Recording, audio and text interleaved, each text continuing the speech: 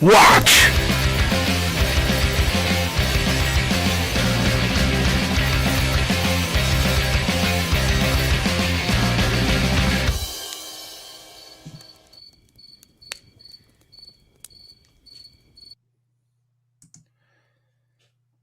All right. Boy, howdy. Here we We're are. here. We are here.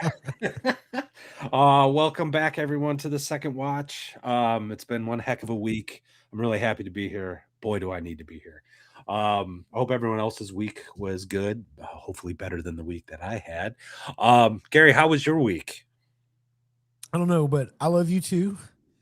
Whoever just said I love you, Gary. TFMVORT3X. Wow.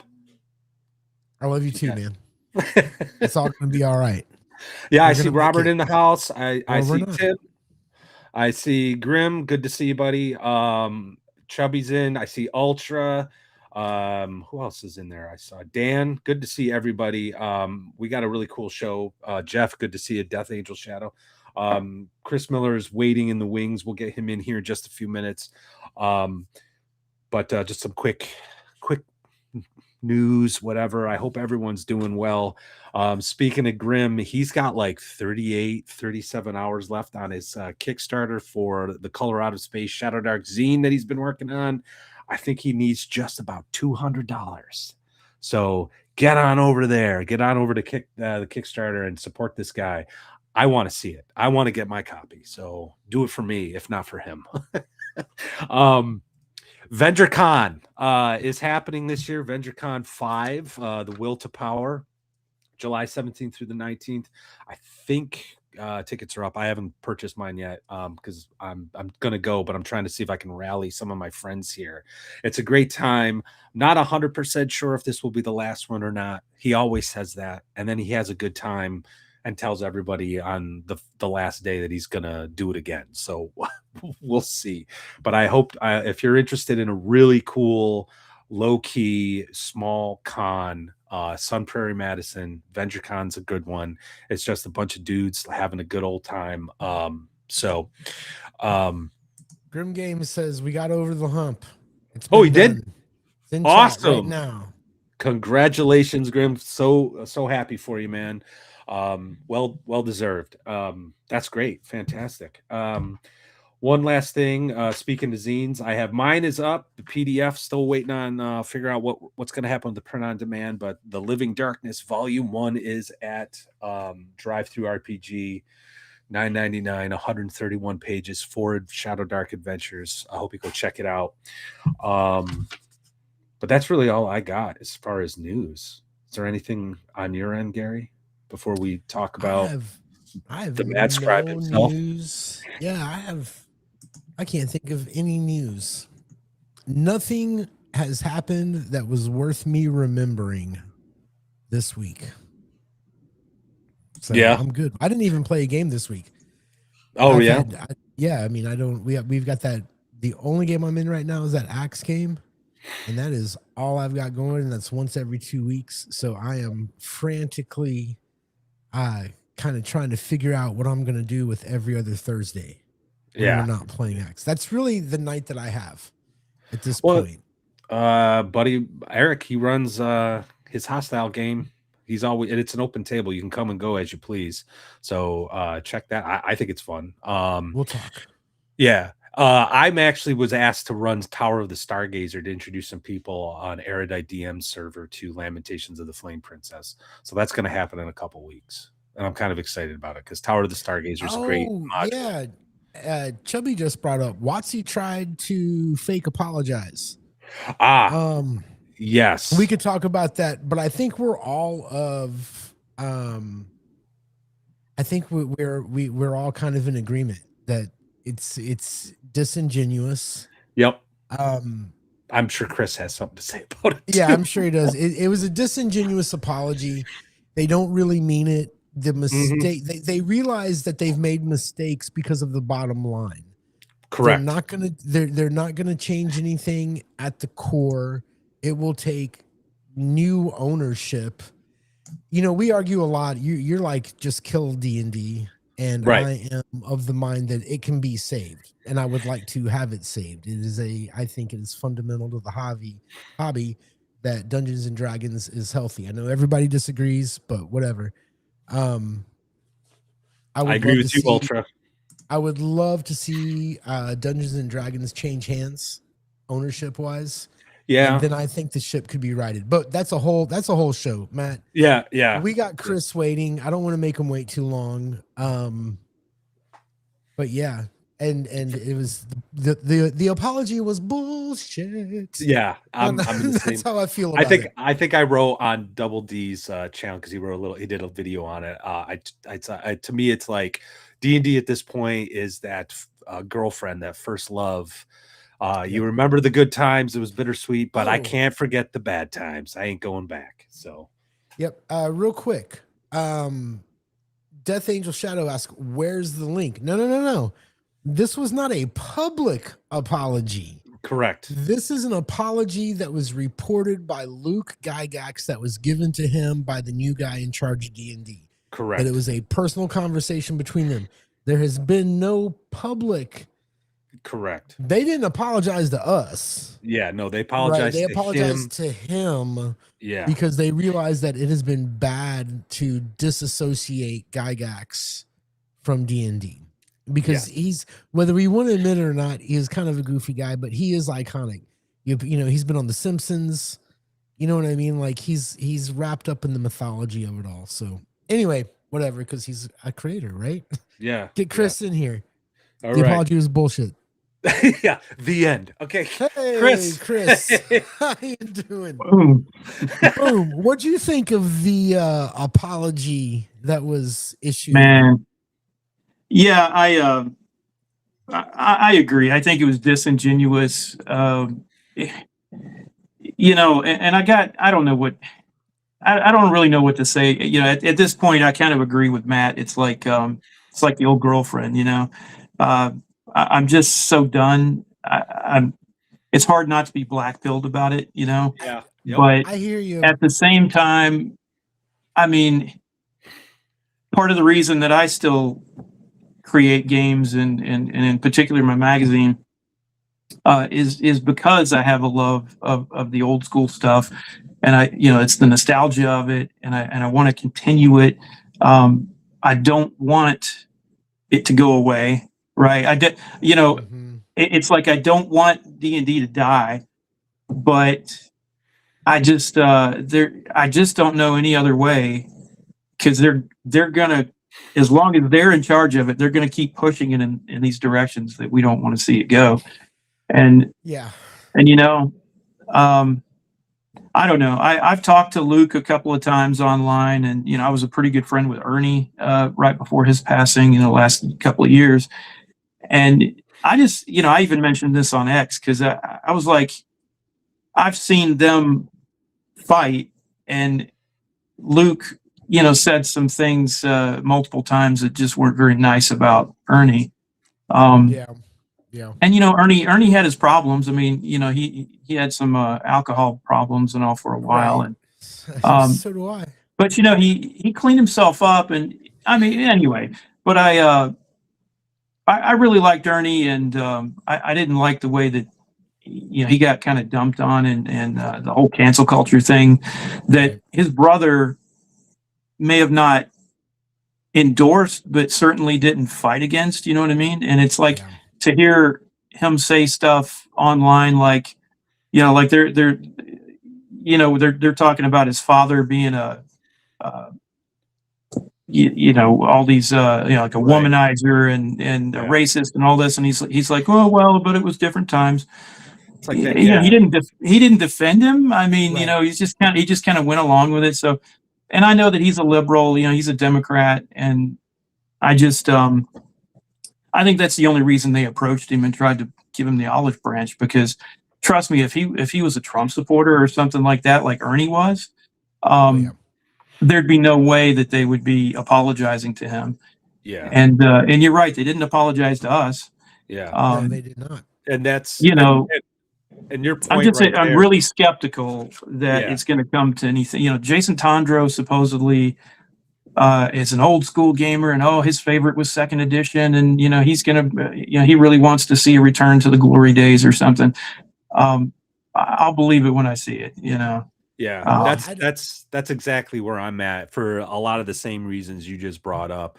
I think it's pretty cynical, and I agree. Yeah, black pill. I'm black pilled about the whole thing. But more importantly, though, this is going to tie into one of the reasons why I do my show, why I do my channel, and why you're here is like, capitalism about creative destruction and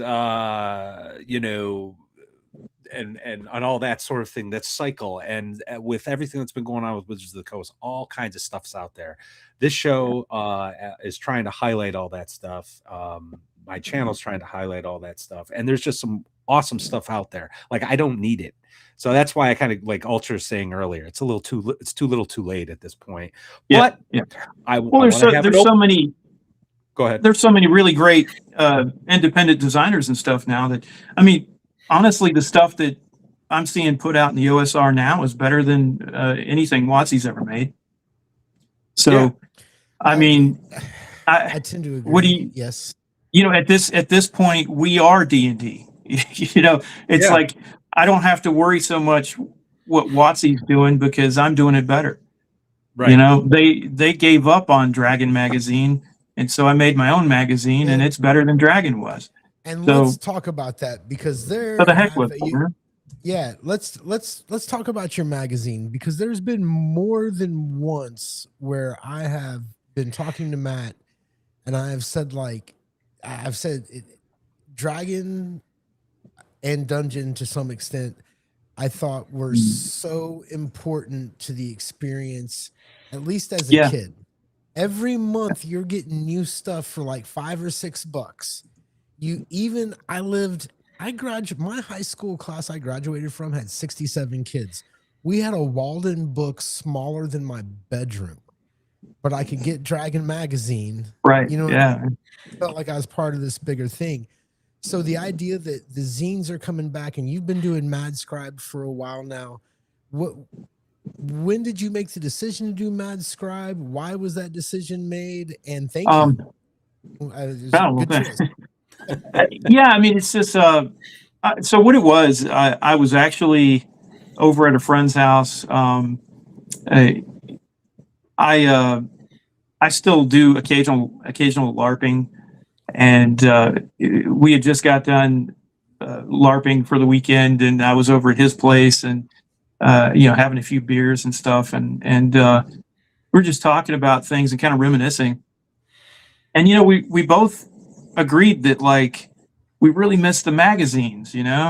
Like, I didn't have a subscription, but I would buy sporadically whenever I could find them at the comic shop or whatever. I'd buy Dragon magazine. I had a buddy of mine that had all the Dragon magazines and Dungeon. I was also a real big fan of White Dwarf, the early White Dwarf, before they became just like a catalog for Games Workshop. GDW had a magazine too, right? What was, like, Challenges, or what was that called? Yeah, Challenges. Like I didn't have that one, but I've seen it. Yeah. And I really liked Heavy Metal magazine too. Yeah. And so we were just kind of talking about, like, all those things, and like, I had no idea that none of them exist anymore, right? So I thought, well, surely one or two of them are still in print. No, they're, at the time they weren't. And so I said, well, damn, man, there's like, there's no outlet for that. Seems like there's a vacuum, like, and of course, I mean, the reason that nobody does print magazines anymore is because, the internet and blogging and right. To be honest, shows like this, on YouTube and whatever, have just kind of filled that void. And so it's a lot more accessible, and people can consume it easier, I think, and that sort of thing.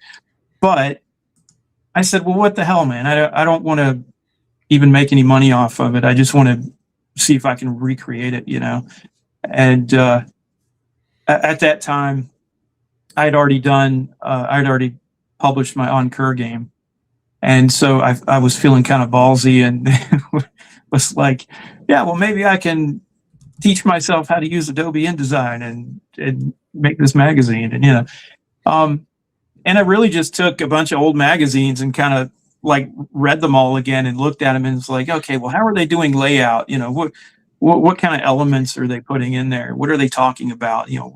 What kind of articles and things? And it was weird because it just kind of happened, and I started putting the word out to all my friends, and they were like, "Oh, cool! Can I write an article and put in there?" Or "Hey, I've got some pictures I wanted to send you and put in there." And a couple of people that were comic artists and stuff, amateurs stuff, and put that in there too.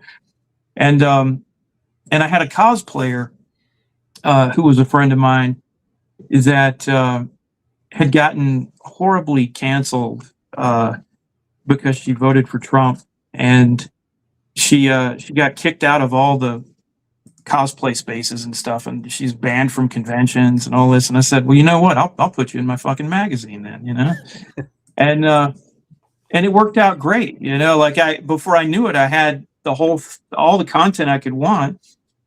And the good thing is, with the magazine in particular, unlike the books and things, I have to do very little. I don't have to write most of it. Right. People just submit things, and so I'm editing and I'm doing layout and design and stuff. But it just kind of came together, and I really didn't know if it was going to last more than a couple of issues, but I just wanted to get at least one out there, and it kind of became popular. So I'm really happy now. I think this is our 4th year or 5th year, something like that. Issue 14. Yeah, I was just going to say it's a quarterly magazine. So yeah, monthly was a little too much to handle, especially at the time I was still working like a regular job and all that. And, yeah. Did you originally go to people looking for content, or when you? Yeah,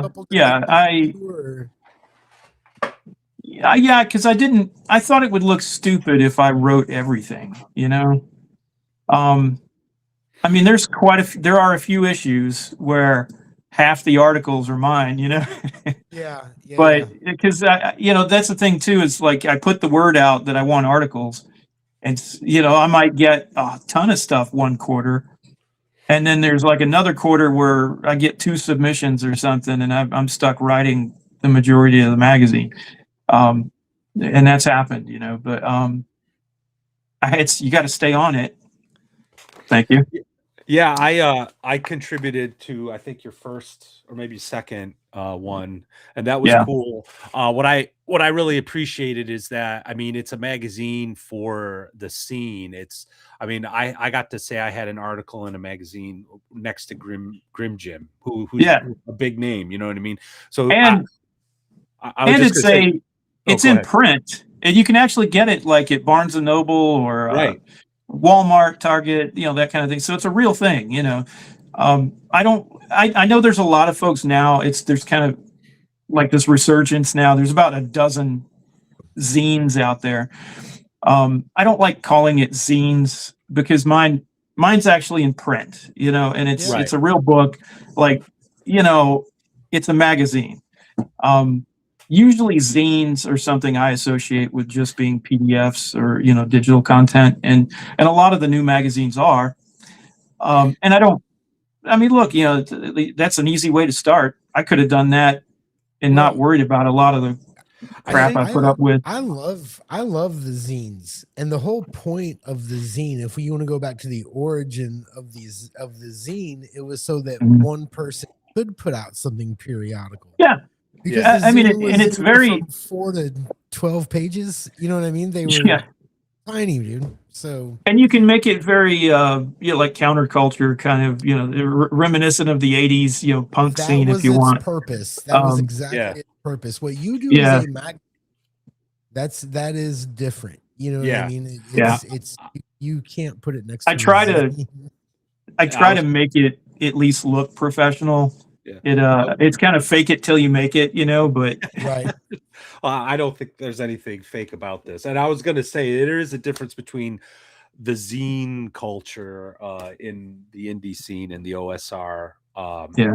versus what you're doing. Like you're actually, to me, like, and this is kind of tying into Dungeon Magazine, Dragon Magazine. This is sort of like a hub of sorts, right? Where Yeah. you can see everybody in the scene, big and small, which Well, is kind of back to my original point. Like, and that's, yeah. I love it because I got a chance. I got a chance to like put myself out there. You know what I mean? Well, and that's what I made it for. It's so.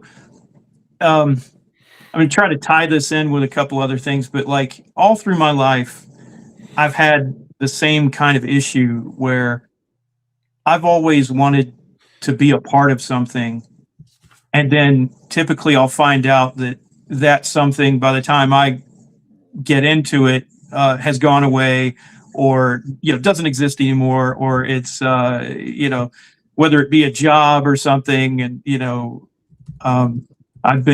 I worked in the medical field for a long time, but part of what I did was repair mechanical machines and things for optometry. And by the time I got really skilled at it, they phased all that out and went digital with everything. And now even the more mechanical machines the equipment that they use, they've got labels on them so that if you open up this panel and try to repair anything, the warranty's void and all this. And so basically I was out of a job, right? And then when I got into reenacting and stuff, I used to do World War II reenacting, for example. And I was really interested in the what they call the co-belligerent Italian forces that fought with America, and there were absolutely no units to participate in. There were no battles. I didn't know where to get the uniforms. So I had to make all that, right? So I had to source the stuff from Italy. I had to create a unit here in America and recruit people to join it. And there were no events for us to go to, so I had to create events. But then I ended up managing everything and not having fun, Right. Well, the same kind of thing happened with the magazine. I really just wanted to buy and read a magazine, and there weren't any. I couldn't write articles for somebody else because there weren't any magazines to do that for. So I had to kind of create my own magazine. And I don't know where I was going with that exactly. I kind of lost my point. But welcome to the second watch. Yeah, welcome to the second watch. We do. There's no format here. Yeah. Well, but I guess the problem is like you kind of have to build the infrastructure yourself, Yeah. And I found that, like, in particular, when I got into game design, it was really difficult to get anybody to review my stuff. It was really difficult to advertise, to find platforms that were, good at displaying and selling my stuff without costing me an arm and a leg. Because I sure have spent a lot of money on that before. And so again, I kind of used the magazine as a stepping stone to kind of get my foot in my own door, if you want to, because I do advertise in the magazine for my games and things like that. But I also wanted to use it as a platform for other people that are, indie designers. I didn't want this to be just a who's who of like pop culture, Right. 5th edition woke D&D or whatever. I could absolutely interview Jason Tondro and put him in there, but I'm not going to. I'd rather interview you, I want, in particular, people that have had a hard time, with Drivethru or with, WotC, or being, Venger, or Pundit being banned from conventions and things like that. So I really wanted to give those people a voice. Even Grim Jim. I mean, he and I used to be pretty good friends online, and our politics have changed over the years. But even so, I was like, listen, I know we don't get along politically on this or that and the other, but I'd really like to have you write in the magazine. And he was happy to do so. And so, I'll have something from him in there. And there's stuff, from there's a little bit in there by Justin Lanasa early on. I remember that. Yeah.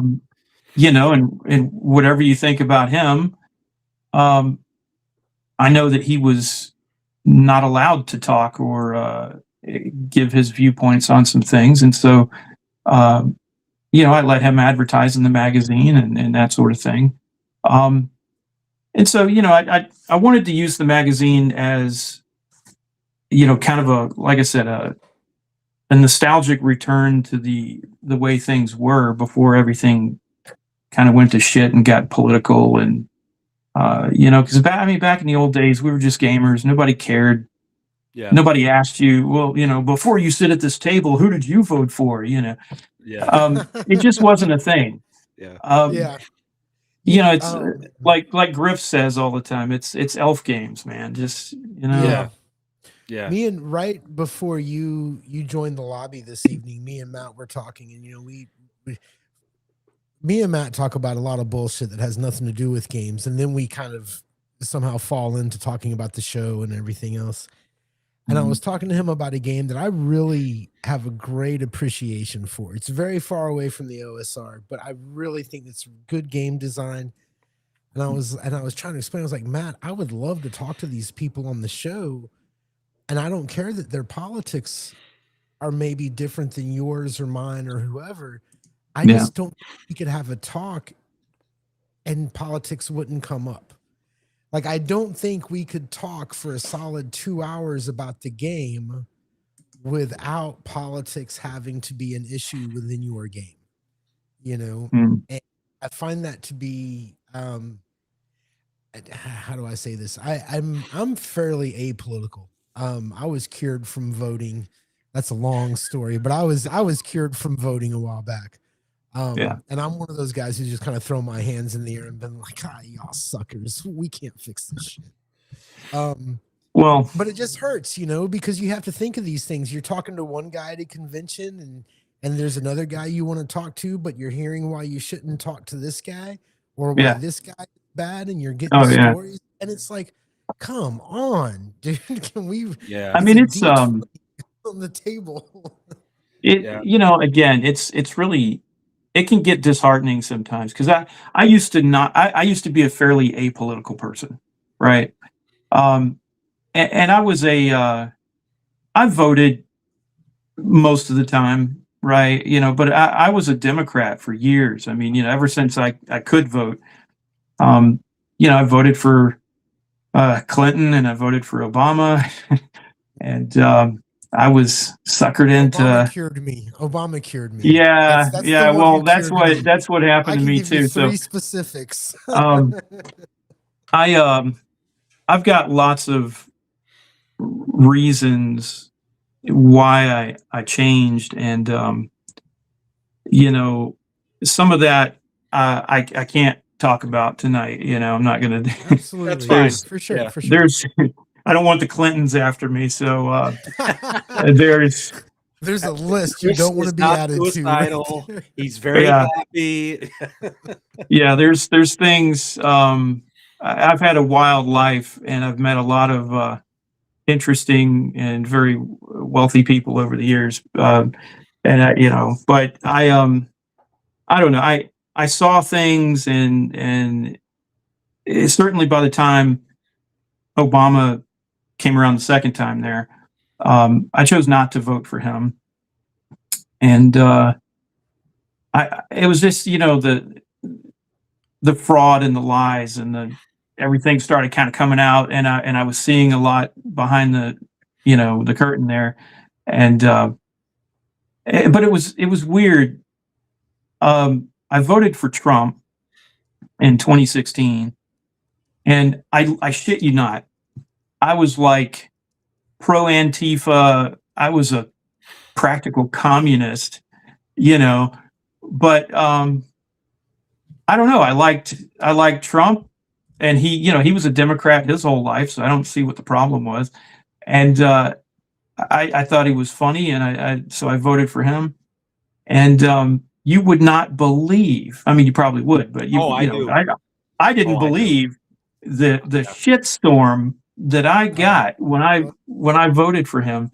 And I literally, I mean, I still get death threats, like frequently, but I literally had people every day, emailing me and messaging me, or even openly on Facebook or something, just saying that they were going to kill me and my wife and my, dog and all this shit. And, having a business, my address is listed, so you can know where I'm at.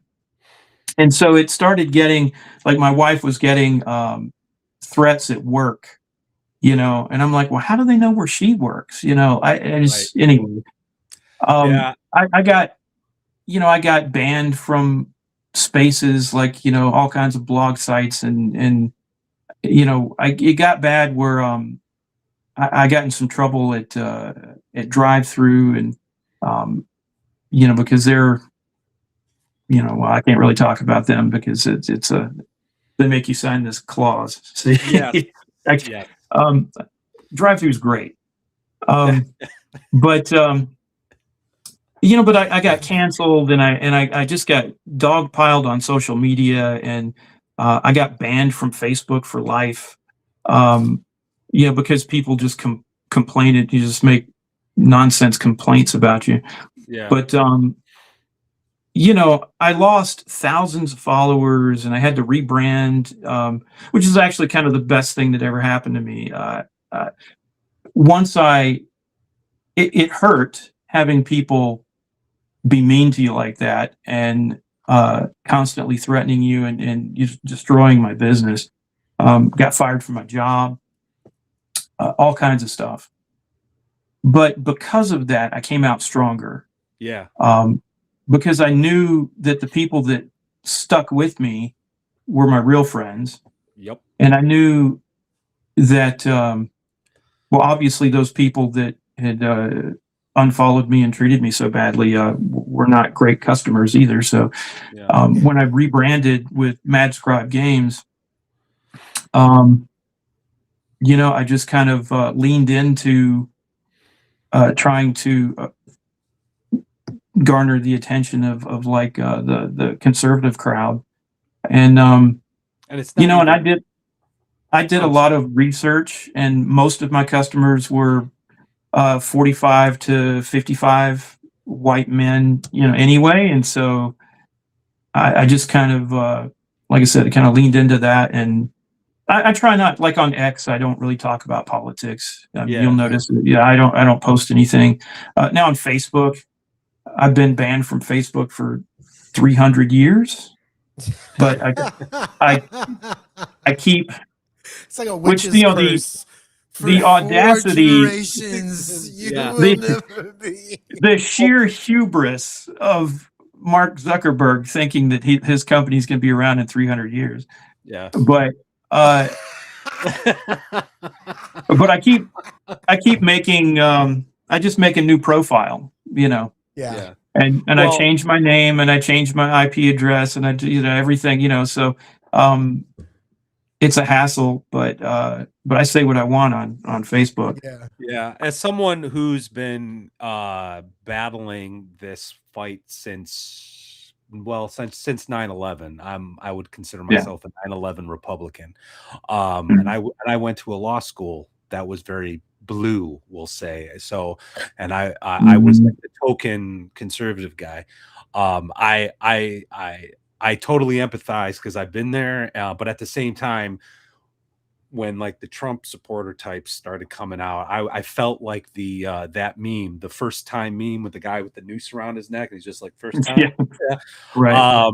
But there is this liberating sort of thing that you experience, and when you realize that the people that don't like you were never going to buy your shit anyway. Right. And that's to the point where and Gary and I talked a lot about this before we started the second watch. Is like we want to get back to just like what Madscribe magazine is trying to get back to, where we're talking about the game, where we don't have to do some litmus test to show that we're this, that, or the other thing. Right. We just want Right. to talk about games. And don't get me wrong, I love Diversity in Dragons. I love Double D. He's a great guy. And I think people need that outlet, right? Like, just go do your thing, get it off your chest. But then, Friday night rolls around, have a drink, and let's just talk games. Let's talk elf games. Yeah. That's Well, like I said, that's why I don't put it in the magazine. But by the way, of course, this was last quarter, right? But with this, I don't like I said, I don't try to put politics in it. Occasionally, some of the articles will be kind of topical, and I can't really help that anyway, because I mean, let's face it, it is a culture war, and that war has seeped into D&D, and so you got to talk about some of the stuff. But I try. I just want to do gaming, and try to keep it as neutral as possible. I've had people write for the magazine. I mean, look, I've had a trans person submit several articles. One of the guys that consistently writes for the magazine is a gay Republican.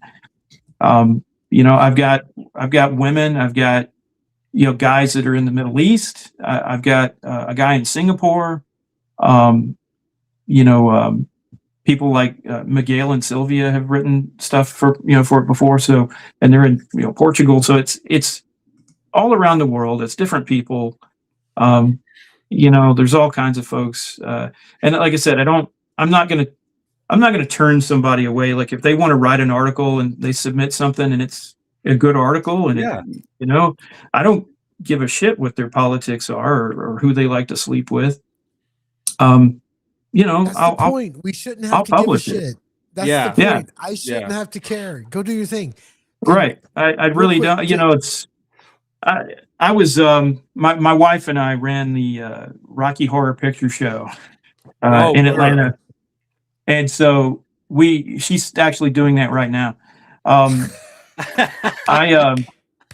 But we started that group basically. I mean, there was some guys that started it before us, and then they quickly gave up, and we took it over. And my wife and I had been running that show for almost 20 years, and so it's a very bohemian crowd, right? Right. Did we just lose Gary? He's going to get himself another drink. Oh, I see. Yeah. But it's a very, we keep it fast and loose here. Yeah, it's a very bohemian crowd, and so you've got straight people and gay people and people that are all in the middle, and there's a lot of free love and hippie kind of stuff, and but they're theater kids, and I had a lot of fun doing that for a long time. I don't participate in the show anymore because right around that same time, I was talking about they basically made me very unwelcome due to my political leanings or whatever. But I'm like, well, I'm the same guy that I was last week when you did like me. Right. I haven't, changed any of my views. Yeah.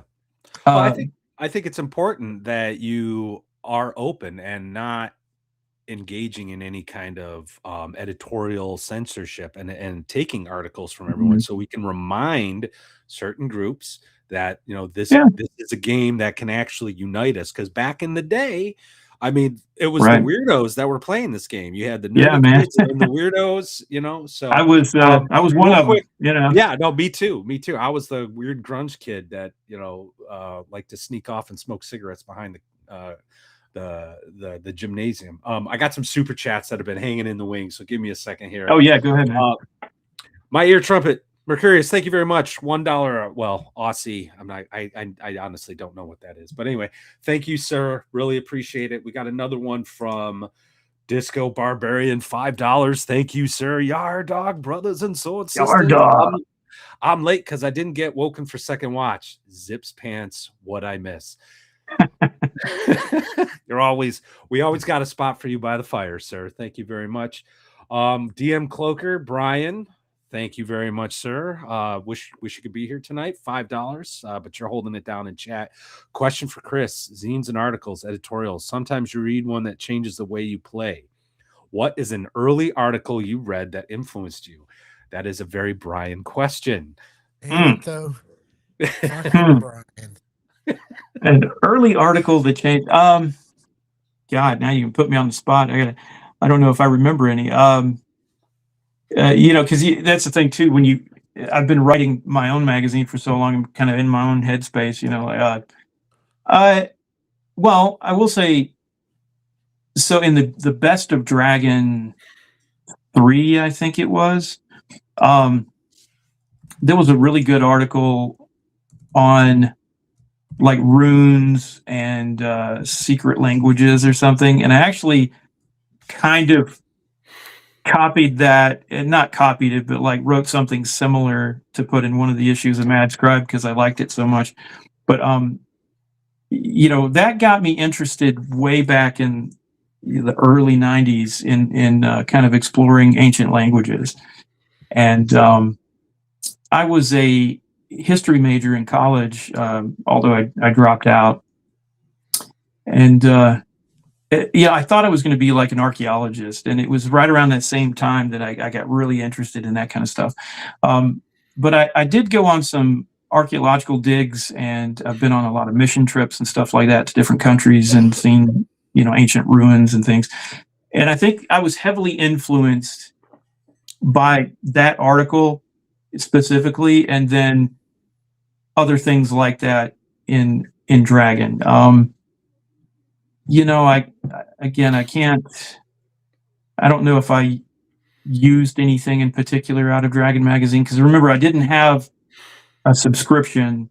I only bought a handful of issues, and I don't have all of them anymore. But what I would do is sometimes go over to a friend's house, and his mom had bought him this subscription, so he had every copy, and I would just go over and kind of peruse through it every once in a while. But I don't know that I got to read a whole lot of the articles like in depth. And certainly back then too, I was a teenager, so I really, it's kind of like in one ear out the other. Right. Got a quick Rumble rant from Ultra, $2. Thank you, sir.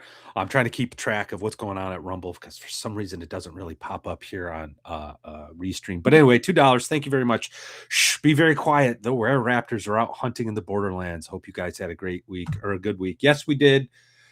I'm just happy to be here. I look forward to this every Friday. I was complaining about my week to Gary before we got on the show, so he knows. Yeah, but anyway, I need 1 second, and I know this is off topic, and we're gonna get back to the magazine. But Chris, I can only hope to one day have a mustache as glorious as yours. I really appreciate. There's not. I'm trying to convince. Yeah. I just didn't bother today. I've got the comb, I've got the wax. I can't do the beard. I don't know why. Well, I tell you what, the beard is a no-brainer. I have a weak chin, so I tried it. I tried it without the beard, and I looked ridiculous. So, especially when you don't have anything on top, right? You got to balance it out. So the beard was something I had to do. But I actually had a full beard, and I shaved it down to just this. But I'll tell you, the trick with the mustache is, and it's very difficult to do, is nothing. Don't touch it. And it has to get long enough to be in your way. Yep. And to get in your mouth when you're trying to eat food. Mm-hmm. And you'll want to cut it every day, and don't. Well, and then when it gets to a certain length, you will be able to use wax, and it will just take shape. I actually trimmed it a while back, and it misbehaved for a couple of weeks, and it's just now getting to where it's kind of getting back to normal. I've not mastered trimming it. That's part of the reason why it's so long. I have this. I want it to be even all the time, which means it's always short. And Yeah. really what I need to do is I need to take like a 2-week road trip where I can't shave.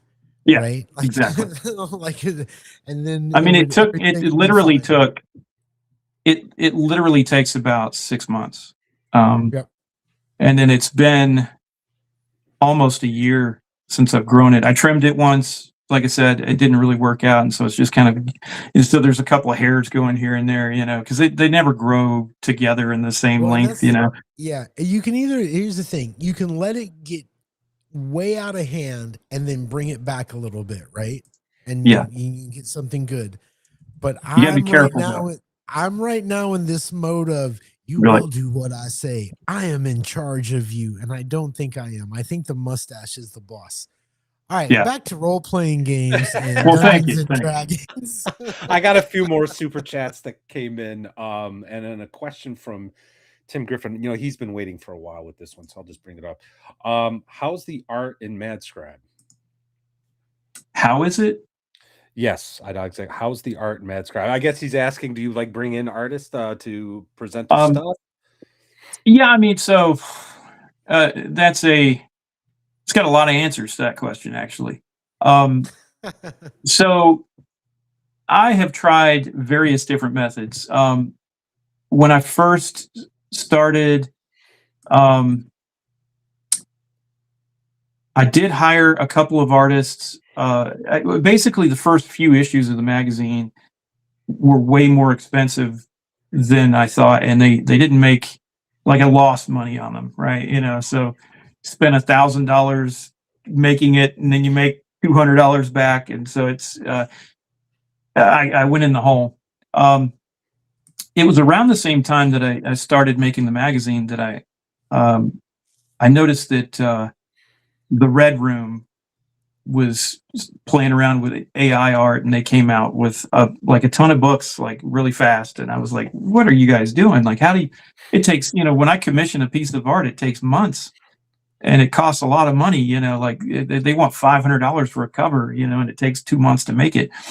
So, like, I was talking to Miguel, and he said, oh yeah, I'm using this thing called Midjourney, you know, and I'd never heard of it at the time. And so, of course, it's on Discord, and I'm like, oh God, Discord. It looked, you know, it's like a 90s chat room. I don't want to go there. But I went to Midjourney and started playing around, and this was like early on too, so they weren't even good. Like, at that time, you still had spaghetti fingers and all kinds of things. Right. But I used actually issue number 1 is an AI cover because I thought, well, I've got an article in there on AI. Why not have an AI cover? And then that would kind of be a, you know, strike up conversation or something. It actually worked. It did such a good job. And I had all these people comment on, you know, that they liked the cover. And I was like, wow, okay, well, maybe I'll do another one or something, you know. Now, a lot of the covers for, well, I would say a lot. I mean, maybe half the covers for Madscribe are done by real people, you know. And what I do is I recycle art sometimes. So my game, Ankur, Kingdom of the Gods, was a heartbreaker. I love that game. It was, you know, it never made any money. I was $25,000 in the hole after doing it. But part of that, the reason it cost so much is because I paid for a bunch of really good artwork that, tell you the truth, I didn't even display in the book all that well. So I said, well, since nobody's read this book, why don't I take some of this art and use it for covers? And so some of the covers, like the one you showed earlier, the woman on the pterodactyl, I think it's issue number 3. That one was an Ankur image, and that was done by, I believe, Jason Judah.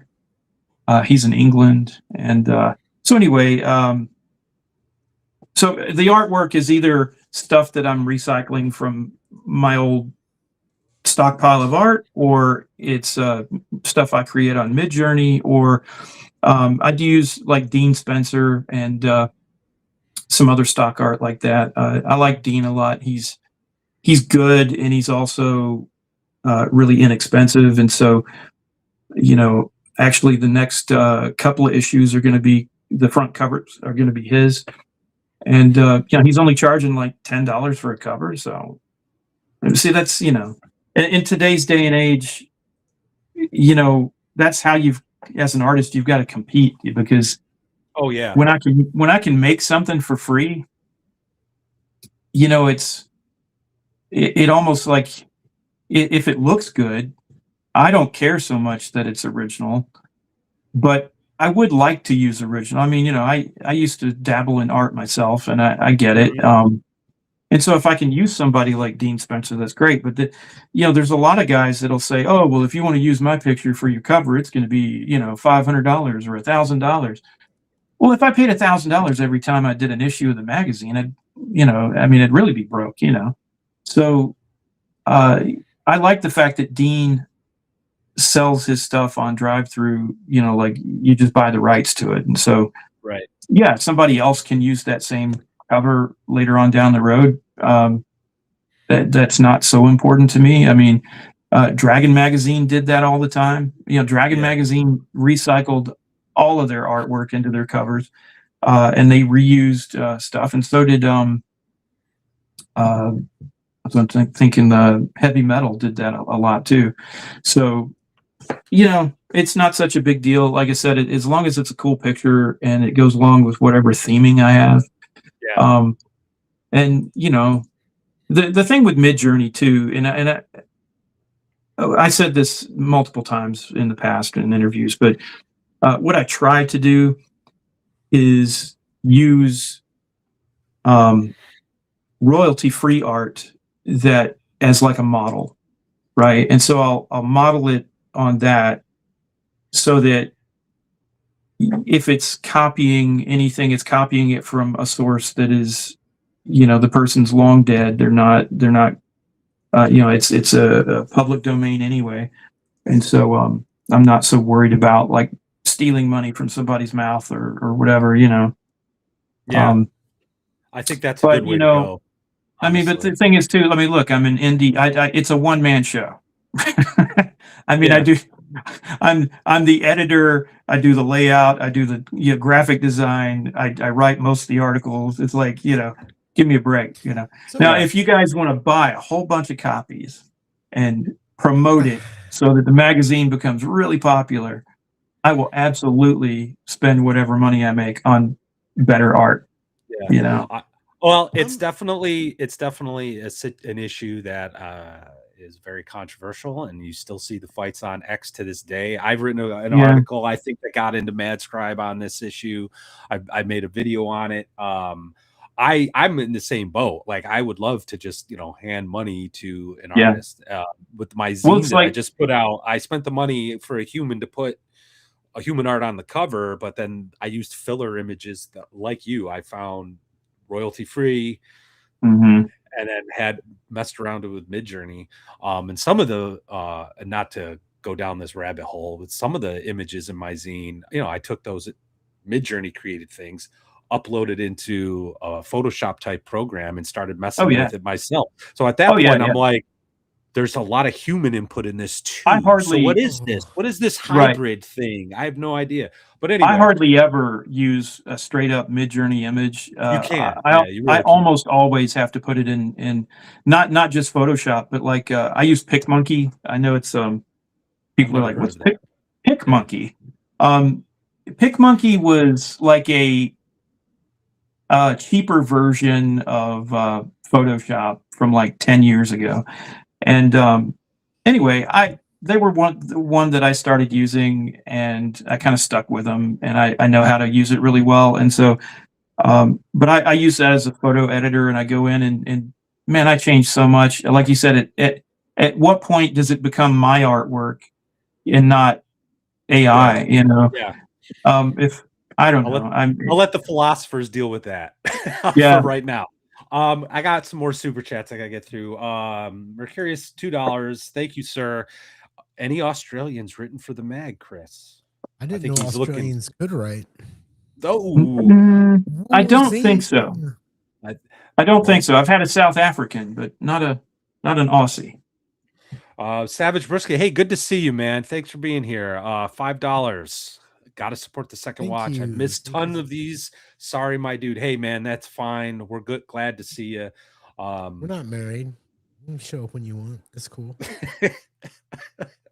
And then we got, hold on a second here. I'm having some technical issues already. Chubby's got a question for you, Chris.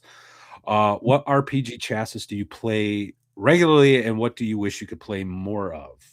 Oh, good question. Yeah, more of everything. So without sounding too much like a Debbie Downer about the whole cancel culture thing, I had a very awesome group of guys that I played with ever since high school, and every one of them disowned me when I became a Republican. So I have not played on a regular basis since 2016. Now I did get my own group together, and we started playing, kind of sporadically. I mean, as you're older, a lot of guys, you got kids, you got family and work and all that, and so it's kind of hard to get together. But I don't like doing online games, like video chat and stuff like this. I tried doing that a couple of times, and the buffering and the lag and people cutting out, and I can't see he's trying to draw something on his mega mat and I can't see it, and I just I got ticked off about that stuff. So I try to play in person, and unfortunately COVID kind of ruined all that for me, because we were meeting on a regular basis, and then sure enough, we had a game where I had like 8 people at my table, and one of them had COVID, and it got everybody sick. And so then it was really difficult to get, we were in the middle of a campaign too. I was running Ankur at the time, and everybody got better. And then we had one guy, we came back and tried to play again, and one guy didn't know he was a diabetic, found out he was a diabetic by passing out on my living room floor here. And so we had to call the paramedics and everything, and they picked him up. And he unfortunately had relieved himself unbeknownst to, because he passed out. I mean, right. So when you vasovagal, a lot of times you can't control bowel movements and things like that, and so that's why they tell you not to eat anything before surgery. Right. But anyway, it was quite embarrassing for him, and some of the guys, made fun of him, and so that caused a big kerfluffle, and so he didn't feel comfortable coming back, and it just broke the group apart. Unfortunately, that player ended up passing away recently too. It kind of unrelated, but he ended up getting really sick and developing pneumonia, and went to hospital for that. And he was in his 70s, but he passed away. His name was Charlie, and he was actually one of the guys that taught me how to play D&D back in the old days. Oh, wow. But in any case, I guess what I've played most in the last, say, 10 years would be my own game, Ankur, which is a D12 system. Not OSR, but it's based on like Ancient Aliens and that sort of thing. And I had a pretty steady group, like I said, until COVID kind of fucked everything up. And to be honest, right now, I play a lot of war games, and my wife likes to play board games, but I don't have a group, Before Ancient Aliens. Yeah, hold on. I knew Gary. I knew Gary was. Say, I don't. Well, I just wanted, because this next question from Off Grid Gamer talks about Ankur. Is it geared towards high level play? And then I got a super chat $10 from Tim Griffin. Thank you very much, sir. You have a new Patreon for Madscribe. Now talk some about Ankur. And yes, so this is a perfect segue. We got questions. What is Ankur? And I know Gary loves the Ancient Aliens thing. So Wow. Well, you don't even know. Okay. Where we start? Zachariah Sitchin. What are we doing here? Oh yeah, exactly. Right. Lay it out for me, brother. I'm game. So this is. I'm gonna have to skirt around some things here too, because the origin story for this is a little weird. It's gonna get weird. So without going into a lot of detail, when I was very young, I had I had a series of paranormal experiences when I was a kid. Yes. Right. So I had The Shining, or whatever you want to call it, right? I saw dead people and that kind of thing. And so when I was a very small, I think I was like 4 or 5 years old, my family was poor, and I didn't realize it at the time, but that we lived with my grandparents, and so did my aunt and uncle. And so the whole family lived in this plantation house down in middle Georgia, and it was had slave quarters and everything from the Civil War. And we had an outhouse. We did not have indoor plumbing. We used a well, and had to draw a bath, fill up buckets of water in this cast iron tub to take a bath and all that stuff. I saw ghosts frequently at that house, full apparition, imagine Ghostbusters, the lady in the library, that kind of deal, right? I could tell you the whole stories with those if you're interested, but I was going to just sum up podcast, and we'll yeah. Do you have another? We had a lot of kind of encounters there, and then unfortunately my second cousin, second removed, whatever you want to call it, my mother's cousin, she had been engaged to this guy and was in a bad relationship, and she stayed at the house for a while to get away from him. Well, we had all went to the store, which was miles away. We got in a pickup truck and drove down there. So the whole family kind of went down, and she was at the house alone. And he ended up coming to the property, and he killed her. And so he cut her head off and cut her heart out and ate her heart, and put her head in a bowling ball bag and walked to the police station and turned himself in. So needless to say, we didn't want to live there anymore. And so we moved, and that house has since burned down and is no longer there. But we moved into a house in Jonesboro, Georgia, on the site of a battlefield from the Civil War. And so I saw ghosts there too.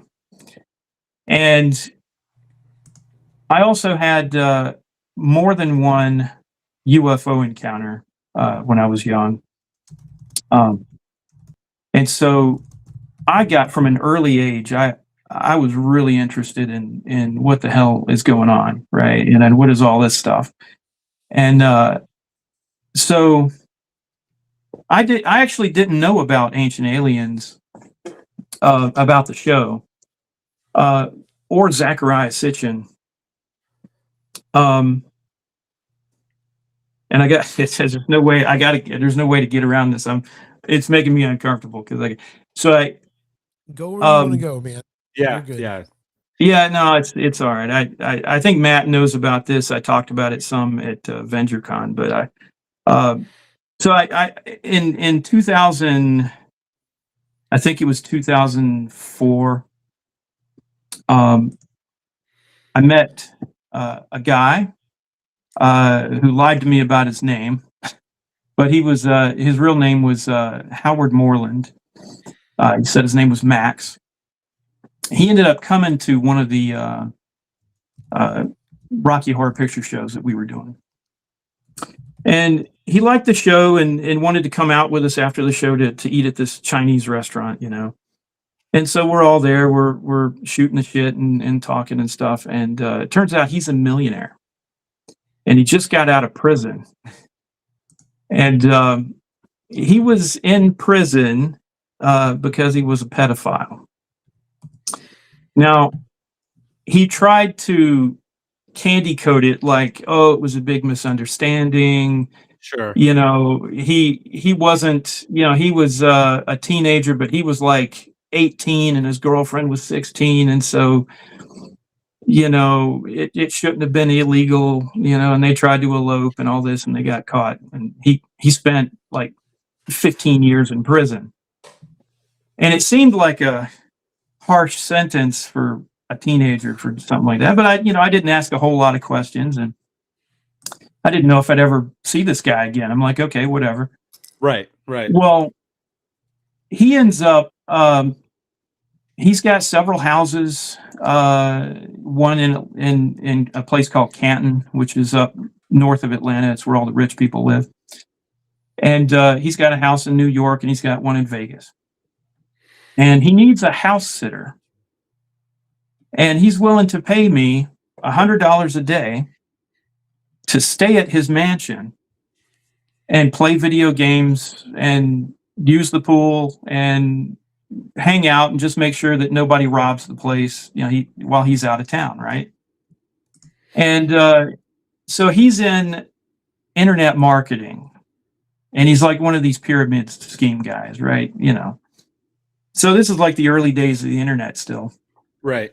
And I was like, well, I was kind of between jobs at the time, and so I thought, well, let me drive down there, see if this guy's full of shit or whatever, you know. And he wasn't full of shit. He paid me a lot of money.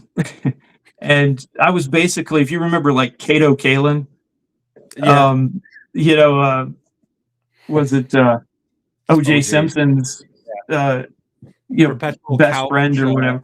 Yeah. So anyway, this guy was like super interested in ancient alien stuff, you know, and I had never seen the show. I'd never read the books or anything. And so he had all these books and he's like showing me stuff, you know. And he tells me that I really need to meet this guy. You know, that there's this guy that's really into paranormal stuff and he'd really like to hear my stories. And, you know, he could help me produce my book, you know, because I even at that time, I had the idea that I was going to make this role-playing game. And I hadn't written down the first thing yet, but it was all in my head, you know. And he's, oh yeah, this, you know, look, we're going to hook you up. We're going to make you a millionaire. We'll get your book on the Oprah Winfrey show. They'll put it underneath everybody's chairs. You know, we'll give out a bunch of copies and we'll put you on the New York Times bestseller list, you know. And I'm like, okay, you know, whatever. This guy's full of shit, you know. Right. And so, you know, he says, well, listen, this guy, he's very serious. Don't joke around with him. He doesn't, you know, no matter what you do not bring up Donald Trump. He hates Donald Trump. Don't bring him up. You know, if you want to do business with this guy, you know, you can't talk about it. I'm like, why would I talk about Donald Trump? You mean the guy that has that show? Like, you know, what, you know, because he wasn't running for anything at that time. You know, this is, like I said, like 2004. And so anyway, he sets up this like call, and this guy gets on, and well, it's like his handler, you know, and he says, so before Mr. Epstein gets on the phone, you know, we would like to let you know that, you know, this phone call is recorded by the FBI. You do not mention Donald Trump, yada, yada, yada, right? I'm like, okay, whatever. And the guy gets on and introduces himself as Jeffrey Epstein. Oh my god! And Jesus. I didn't know who Jeffrey Epstein was. And so I'm just like, I actually kind of, I was like, Jeffrey. I was like, aren't you an adult? Like, shouldn't you call yourself Jeff or something? You know? And so I'm like insulting him, and I didn't even, like, I don't know. I just, like I said, I thought it was all horseshit, And actually, we actually developed kind of a good friendship for a while. Now, keep in mind, I didn't know anything about him, right? But he and I would talk periodically on the phone about ancient alien stuff. He wanted to hear ghost stories. He wanted to hear stuff about UFOs. He wanted to hear about my game. And I actually got him into playing World of Warcraft. So so as crazy as that sounds, I played World of Warcraft with Jeffrey Epstein, but Crazy. Obviously, Well, there were that just hit me. It took me a few seconds. Yeah, but it just may I ask you, like, now I'm not race? Do you remember what he played? No, but I played a dwarf.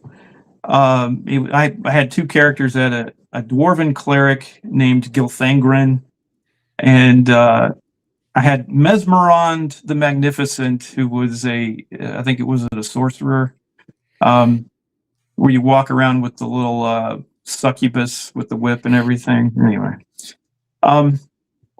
so we played that all the time, and I actually got him interested in. I think he just used it for money laundering, because I totally did.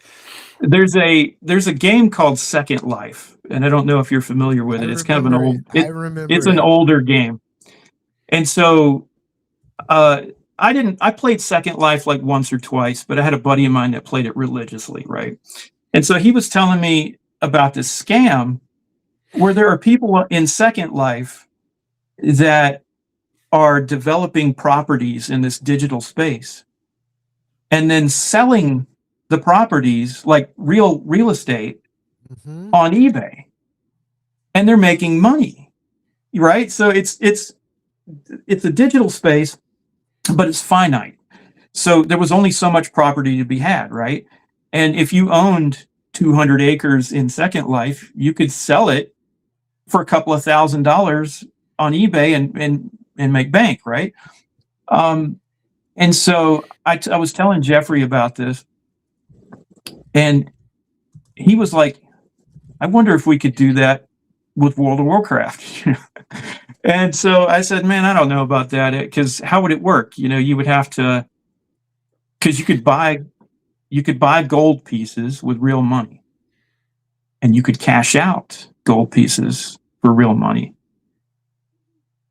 But you would have to make the exchange in person, like in the game, like you would have to meet at a tavern or whatever. And I was like, I'm not doing that, And I had millions of gold pieces, because my characters were crafters. And so I would go out and like spend 24 hours like drinking Red Bulls and just, collecting shit. And I'd go back and make like magical clothing and stuff and sell it in the auction house. And I made tons of money, but then after a while, it's like, well, what do you do with all the money, And I don't know. It was about that time I kind of gave up on playing. I was also I was in the guild. I just forgot the damn name of it. It's the Pals for Life. So I wasn't on the Leroy Jenkins raid, but I was almost. And they asked me to go on that raid, and I chose not to at the last minute because all my packs and everything, all my empty slots were full of shit that I had been collecting all day because I wanted to go to the auction house. So I skipped on that battle to go do the auction house, and because I had joined the group, I could still hear all the chat, And so I got to hear the whole fucking Leroy Jenkins thing, but I wasn't part of it, So, That's crazy. So yeah. wait, ancient And then you aliens. wrote Ankur, Ankur. And then Yeah. So ancient aliens. here's all right. So Jeffrey was like, you need to write this book. You need to fill it with all kinds of like esoteric, knowledge and shit that we had been talking about. And like all, I was like, okay, yeah, that's kind of cool. And but he kept telling me he was gonna give me, millions of dollars. I said, well, how you can't make sure that I'm gonna be on the New York Times bestseller list. And he said, Chris, the guy that is in charge of that, for the New York Times is in our group, right? So he's telling me he's throwing hints like over the course of a couple of years that he's got this cabal essentially of powerful people, and I still don't know if he's full of shit or not, right? I've never met the guy in person. I talk to him on the phone. We play video games sometimes. He just seems like okay, like he's probably rich, but he's just a regular dude, Never once did he mention, eating babies or having sex with children or any weird shit like that. And so until there was one point when he finally invited me to the island, and it got creepy because he I know. I don't talk about this stuff because No, this is it's I mean, I don't know how graphic I can get in this, but he basically, he's explaining to me that he's going to make me a millionaire. He's going to make the book a bestseller. He said, man, you don't understand. You don't have to, the book doesn't have to be popular. I'll buy 1 million copies and we'll have a fucking book burning. I don't care if you're in the group, if you're one of us, you're committed. We'll do whatever it takes. He said that on the flip side, you'll do whatever it takes if I ever ask for a favor. And that's where it started to get creepy, right?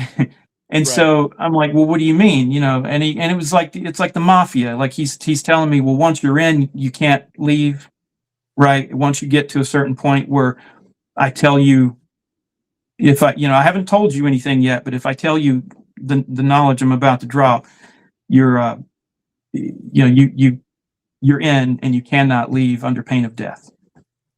And so, I kind of laughed at that, and he was real serious. And he said, no, we're not laughing. This is real. And, so I don't know. I was just like, okay, yeah, sure. What, sure. Make me a millionaire, And so he proceeds to tell me, about some rituals and things that would go on. And, it involved, some horrible stuff. And, I'm going to leave it there because, but he told me everything. And I got really creeped out. And so that was on a Monday, and I was supposed to fly to Miami on that Friday and then go to the island on the Saturday. And he only does, he observes the Sumerian Akitu festival twice a year, once for the vernal and autumnal equinoxes. And during that time, they make sacrifices to Lucifer because he's a Luciferian. And so I was scheduled to go to the island for one of these festivals, and there were all kinds of famous people that he named that were going to be there, and they were all going to partake, and they have all done this before, which means that they're all felons and should be in prison. And I have a whole list of names, but so anyway, I was supposed to fly out there, and I didn't show up. And so he got really angry, and he emailed me and called me a couple of times, and I just didn't return his call. I just let it let it go. And so he called Max, or Howard Moreland, and really pressured him. And he must have scared the bejesus out of him, because he called me crying and was telling me that I needed to, they were going to give me a second chance, and I needed to participate in this or else, And I ditched my phone. I had a brick, one of those old Nokia things, and I just threw it away. And he didn't know where I lived, and so that was it. Max turned up dead a couple of weeks later, and so somebody shot him. And so I'm sure that was some kind of message to me. And so, needless to say, Ankur got made on a shoestring budget. and So, and aliens. Sorry, I don't mean to make light of this. I was Holy so shit, I was turned on to the whole Ancient Aliens show by Jeffrey Epstein. So, yeah. I just want to say we got some super chats. I gotta call. I'll bet you do. Yeah. Brian, Hey, thanks for trying to save us. Why do bards suck? They do. And they just suck. Curious, Fat ass. another $2. Was this conversation Yeah. over a phone? Well, I don't want to get It was booted from YouTube, so we'll yeah, it was over. It was over. I just checked. The stream is still up. Yeah. I've had one of the kids go peek through the blinds and make sure there It, wasn't a long van outside. Yeah. It was all over the phone, and he had so he knew that every phone call was being recorded by the FBI, but he knew when the phone calls were recorded and when they were not, and so he would tell me when it was okay to talk about stuff and when it wasn't. He actually, Max had bought one of these boxes that you can get that tells if the phone is tapped, and it turns green if it's okay and red if it's not. And sure enough, I mean, the light would switch every so often, and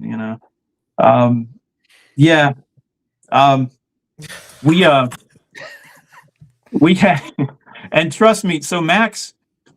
Without going into more detail, just gone and done the little thing and said, the OSR would be so huge right now. Yeah, it would. It would have bought WotC. This whole thing would have been. I'd own WotC, but no. Take one for the team. Anyway, no, sorry. It was if you knew what was going to happen, no, sir. No, but, I'm just kidding. And like I say, it's. I don't mean to make light of this. It's just hard. It's so amazing, and you hear things, and my reaction is typically to laugh and be like, what? No, I mean, I'm the same way. I get in uncomfortable situations. I start chuckling. It is uncomfortable. All I can say, I will talk to anybody that wants to hear it in private. I'm not going to say. I mean, whatever you think you know about it, or whatever conspiracy theories you thought you heard about it, they're probably true. Right. And that I've been a conspiracy sort of, since well before the X-Files. Yeah. And trust me, if it was just some ritual, if it was just dressing up in a robe and doing some stuff, I probably would have done it. It was way beyond that. So I'm sure, and it's just wild, dude. I made a statement the other day. I think it was last week on the show. Somebody said, we were talking about what's happening or what's going on.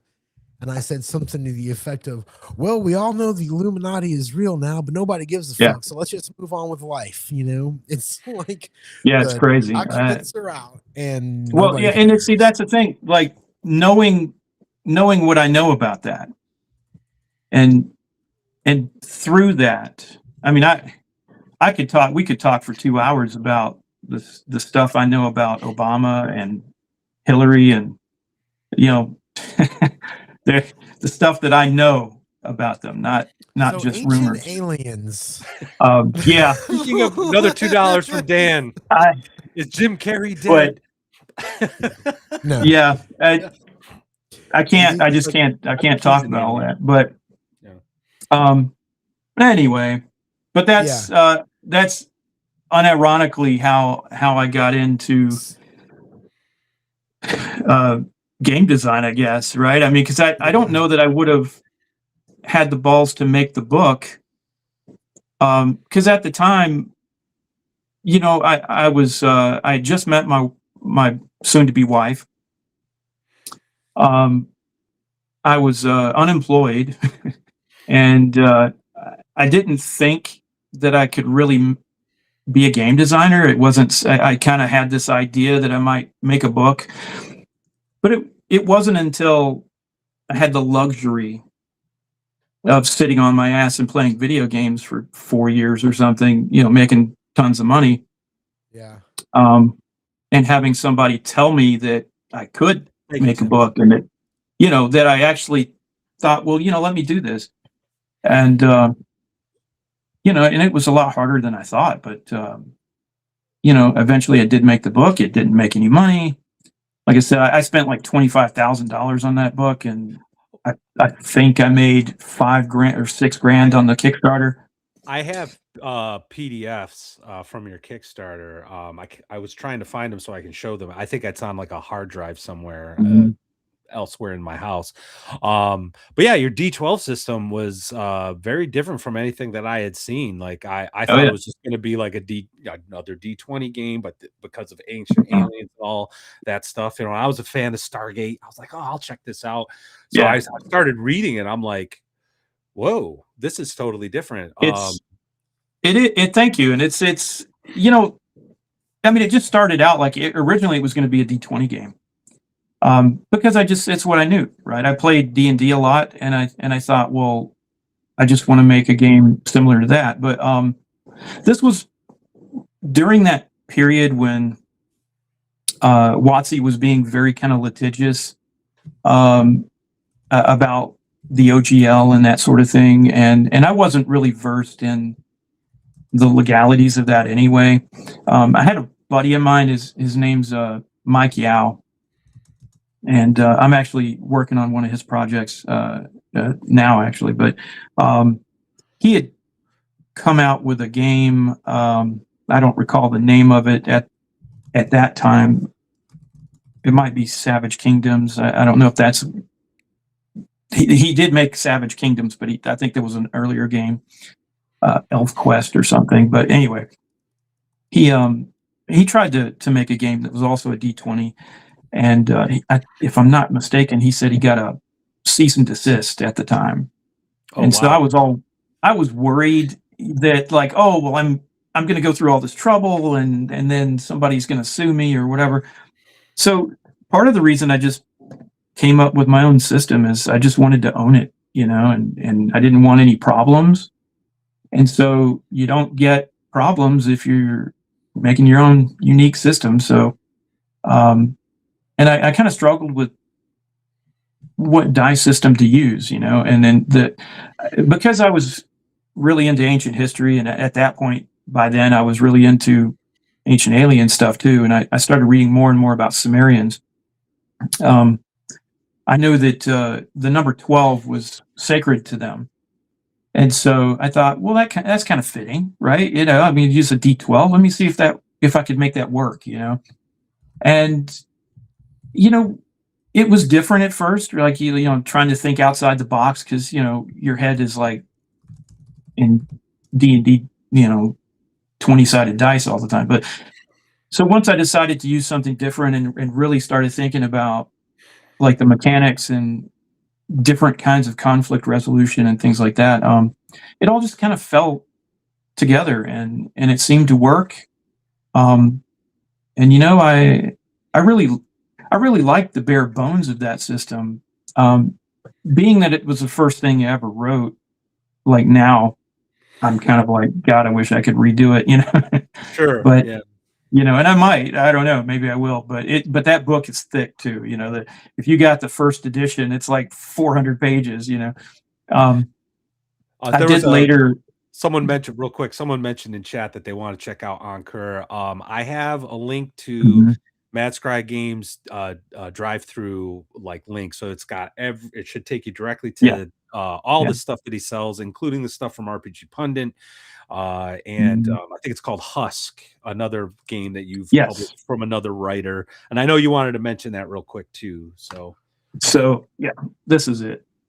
And I guess it might be backwards to everybody who's watching, but so Stanley Barnes came to me last year, and he's I think an English teacher in South Africa, and he always wanted to make some kind of a game. And again, it's his own system. It's a unique system. It's not D20. And so he asked if I would publish something for him, and I did that. I didn't charge him anything up front, just take a percentage on the back end, and said, okay, I'll do that. And I think it's only 60 pages or something. What is let me see here, 55 pages. So very rules light, simple system, kind of a dystopian post-apocalyptic deal. Where like these race of giant alien hornets comes to Earth essentially and devours everything, and so you're the survivors that live in the wake of that. But there's also magic and stuff. So it reminded me a little bit of riffs with Dark Sun. I don't know. Yeah. So it's I think it's kind of a neat game. Certainly something if you want to, something light that would be easy to pick up in between your regular D&D game or something like that. Now Stanley is having a real hard time right now. He lost his job recently, and South Africa, things politically right now are really kind of messed up down there, and he's dealing with a lot of that. But he's been out of work for like 18 months, and I don't know if they're going to keep their house. I think they're going to have to move into some government facility or something in South Africa. So if you can imagine, not too good. He's got a family, wife and 4 kids. So it's heart wrenching. And he asked, they, for whatever reason, they won't allow the South African government won't allow him to run a GoFundMe account. So I set one up for him. And I gave the link to Matt, so hopefully that's somewhere, It's in the description. Yeah, but anything, if you guys could donate anything, $5 or $10. I mean, American money, especially, translates well over there. It converts well, so anything would help him out. I wish he could move over here, to be honest. I told him, I said, you need to move to the United States, but I mean, he can't even pay his mortgage right now. So, he's in a bad way, and he's a fellow game designer and a conservative, and it's just like, look, I never ask anybody for money. But if you could spare a few bucks, I'd appreciate it. And I know he would too. And I'm going to send him everything, I'm just running the campaign for him. So, but Husk, check it out. It's I don't remember what we charge for it, but it's not much. I think the book's like $12 or something. Yeah, I was just looking at it earlier. It's on I have a bunch of books that I have like a list to purchase, and Husk is on it ever since you first were talking about it on Double D's channel like a few months back. But yeah, I think for a PDF and the soft cover is like maybe $24. Yeah, I don't remember, like but it's that might be too if you get the premium version versus the standard. Standard version's usually like half the price of the premium. But in any case, if you could pick up a book or donate to GoFundMe, either way. Of course, we're not allowed to, on the GoFundMe account, you can't advertise for like his book or anything like that. Right. You're not allowed to give out any kind of incentives or products or anything. But certainly, if you go to Drivethru or something, just, add it to your cart. Just get a PDF or something, Yeah. But yeah, that's, so I'm trying to help him out with that right now. I just got the proof copy for the new issue 14 of Madscribe. Came in today. And it's kind of an homage to National I saw Lampoon. the cover. Yeah. Yeah. Let's see if I can actually get it up. See if we can get the ring light out of there. Fantastic. It's like, buy this magazine or we'll kill this dog. I've tried to copy several kind of iconic covers, from different magazines that I liked. And so, as you read through different issues of the magazine, you'll see a few covers that might look kind of vaguely familiar, like the pterodactyl riding woman with the laser gun was kind of my homage to heavy metal. Yeah. And that sort of thing. But yeah, man, it's a good issue. I say that every time. I really mean this too. Honestly, every time I make one of these issues, it's better than the one before, and that's good because I'm getting better at what I do. I had to teach myself how to use Adobe InDesign, and that wasn't easy. I didn't go to school for that or anything, right? So there's a learning curve there, Yeah. But every time I do it, I keep watching tutorials and I learn something new. So, that's why the magazine, you can tell there's like this progression, from issue 1 to issue 14. It's like, oh, this looks so much better. Yeah. There's a guy that we talked to. I was talking to Rob Alderman, who just finished up Gods of the Forbidden North, and it was like his 10-year project. And it's kind of obvious that he's better at it now than when he started. And he's all like, I just want to go back and fix everything. Yeah. Walk away, bro. Walk away. Yeah. No, it's not worth it. Yeah. I did that too. Like when I first made Ankur, I bet you every couple of weeks for the first year, I tried to, I found something I misspelled, or there should be a comma there or whatever. And it's like I would update the file, at Drivethru. And it's like, not only is it a hassle, but I wasn't aware that every time you do that, anybody who previously purchased a copy gets an email notification. And so people are getting like 50 fucking email notifications. And they're getting pissed off at me, and I was like, "Oh man, I didn't know that happened."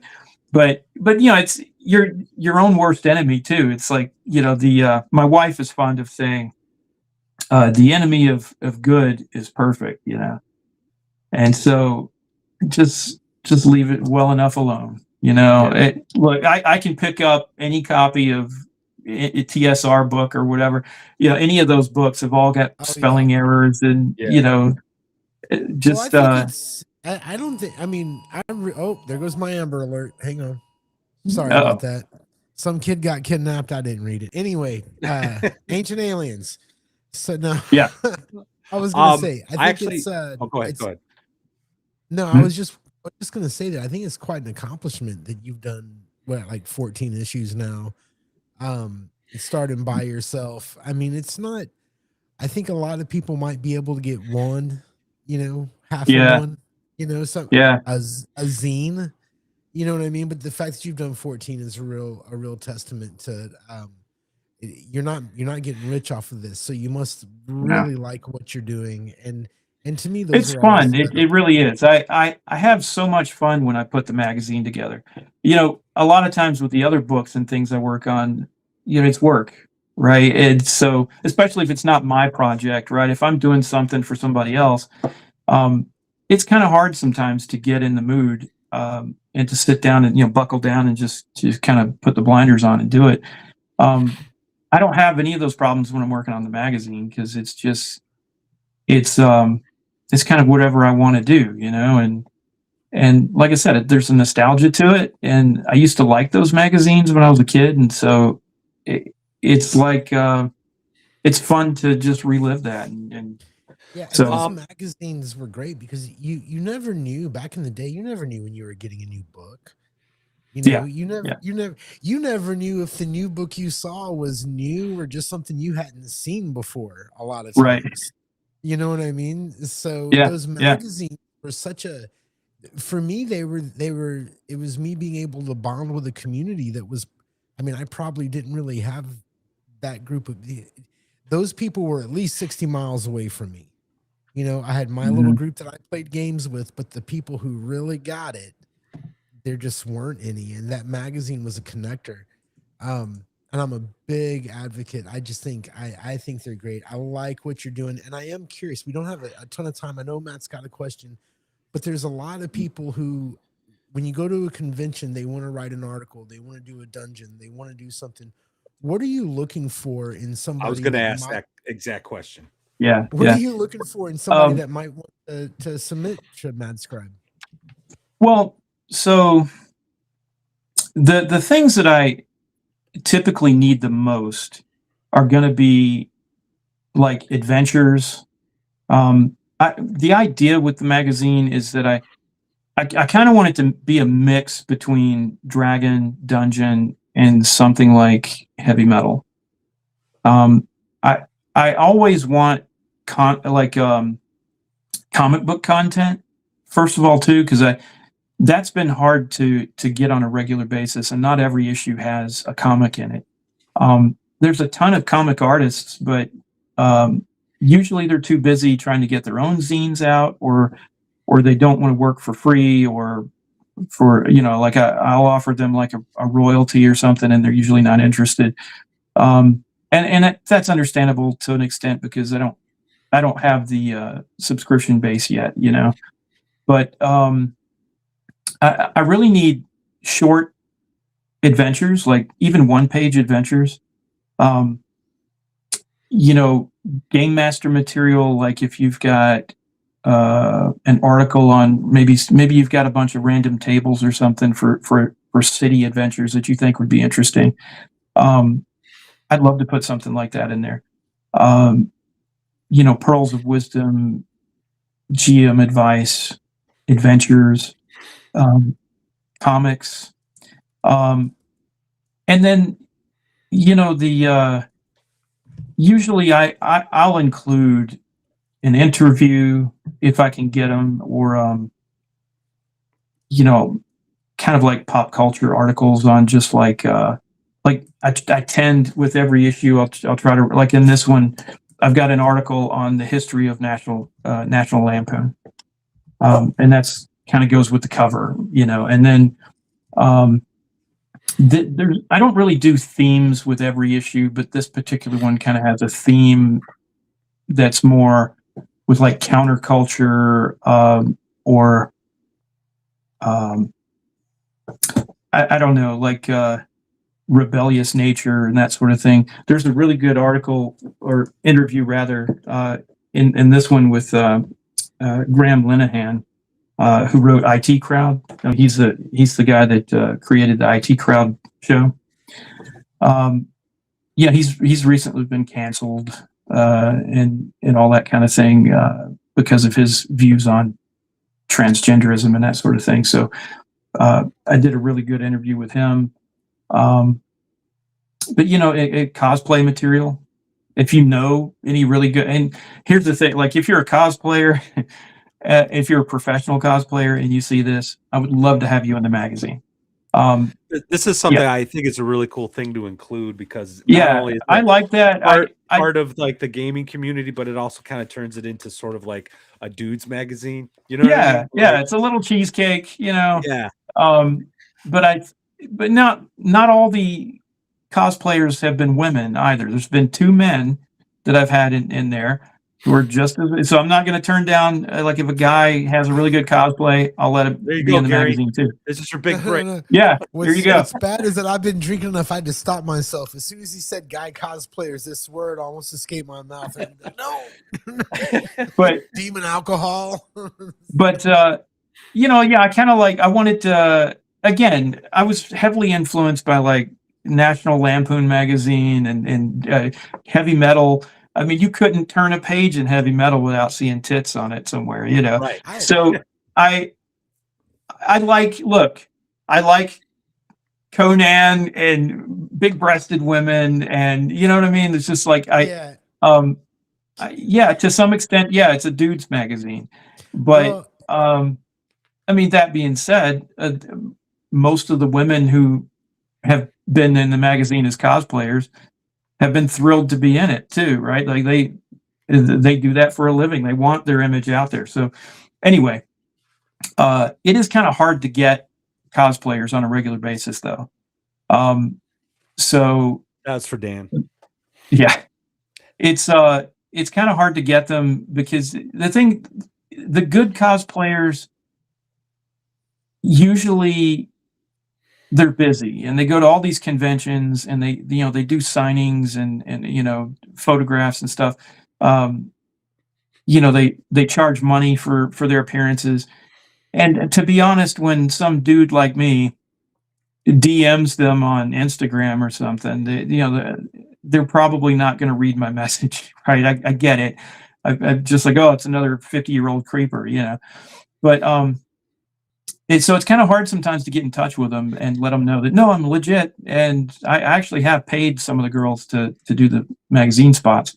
So I'm willing to do that if necessary. Now I'm lucky in that right now I have somebody for the next issue, but I don't have one for the fall issue yet, and it's another reason why I like doing a quarterly magazine, because if I did this every month, it would be a rat race, like, trying to get somebody. I don't know if I could do it. Yeah. Right. $2 from Dan. Thank you, sir. Is Amazon the proper place to go to buy Madscribe? Yeah, sure. So it's on Amazon, but Amazon takes it's more expensive. They're going to charge, and I don't have any control over that, right? So I set the prices on Drivethru, but I don't set the prices anywhere else. So it's funny because most of the standard, the standard issue, not the premium, but like the standard quality, I think should be $14.99 all the way across the board. But all I can do is suggest the price. And so I've seen it, like you go to Barnes and Noble or Target or Walmart or Amazon, and sometimes they'll have copies for $22 or $19 or whatever. And so it depends on distribution. They have like a marketplace deal. And so what they'll do is they'll buy and print like a bunch of copies and ship them out to all over the world. And depending on that particular market, the price can go up or down. It depends on what country it is, all kinds of stuff.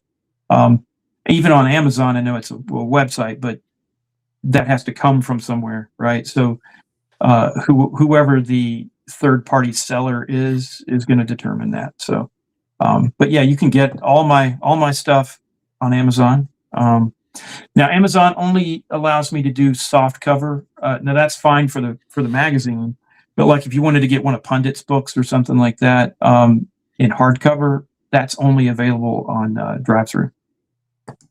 So. And just I'm curious, I just bought Ankur Players and GM books on Amazon. There you go. Now it's a little crunchy of a system, okay? Just and it's different. Like I said, it's different than D20. So be patient with it, read it. But I think the system itself is actually easier than D&D. It's just not as intuitive, I think, to people who have played D&D for a long time. So, Dave Mills has got a quick question. If I've never bought one and want to check out the magazine, which one is the best issue to start with? Well, I mean, I kind of like them all. Like I said, I would say, I mean, with all honesty, everything that I put out in 2025, So the 4 issues that came out in 2025 are like my favorite ones.